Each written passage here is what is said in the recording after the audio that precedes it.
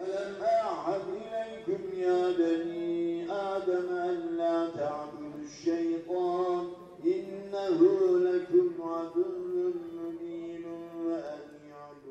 in Turkey, where there are huge debates going on about the role of religion in public life.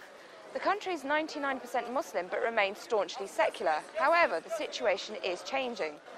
I've been brought here as part of an organised tour that's been paid for by the Education Dialogue charity, a body based in London. They brought us here to show us the work of the fastest growing movement in Turkey, the Gülen Movement. Fethullah Gulen is an Islamic scholar and writer based in the US.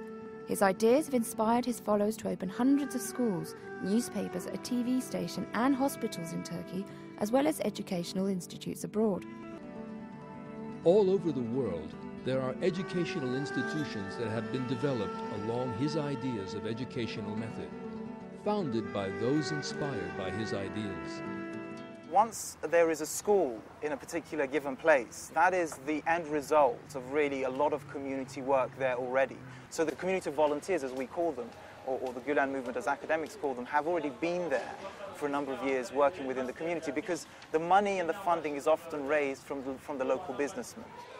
We were taken to a couple of schools in Istanbul to see the Gülen values in action. The schools are fee-paying, at the top of National League tables, and there are no overt religious symbols in them. They don't teach Islam in these classrooms. They teach those values that are at the heart of all religions and faiths, and the universal values that we all aspire to through example. So you have these teachers who are very committed, very motivated, who are well educated, but who can also read the Quran and pray 5 times a day. I cannot tell you how influential that is. I write here, which one? Orange. What are the differences between this school and a private school that's not inspired by Gülen's teachings?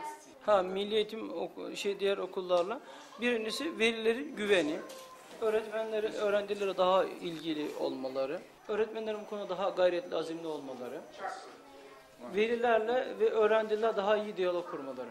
What's your favorite subject? Chess. Chess is part of the national curriculum and it's compulsory from the age of 4. These kids look like they're about 7 or 8 years old, so they must be pretty good at it now. And there are a couple of textbooks as well about how to play chess. And I think the fact that they've got their own chess room, I mean, I don't even think you'd find this in the best fee-paying school in England. It was a similar story at the Anefen school in Ümraniye, where the children sing the national anthem at the start and end of the school week. Gülen schools are now opening up in Pakistan, Afghanistan and the Balkans, where Gülen's values have been described as offering a gentler form of Islam.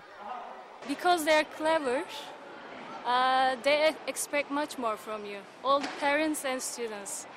We cannot ignore parents also. We have to give them our religious values and we pay attention to it, maybe much more from the other schools. The thing about these Gülen schools is that they're fantastically well funded, they're brand new, they've got amazing facilities, and if I were a parent, I wouldn't see anything sinister about sending my child to one of these schools. Academically, they outperform pretty much everybody in the city and possibly the country. So the question is, why is Gülen causing so many people so much concern? Pope John Paul II, the chief rabbi, Gülen's promotion of interfaith dialogue and moderate Islam has been welcomed by the West, but it's often criticised closer to home by secularists. The secular liberals would think positively about him because Gülen preaches a message in which democracy is appreciated. He's in favor of pluralism. He's in favor of a secular state as far as it grants religious freedom.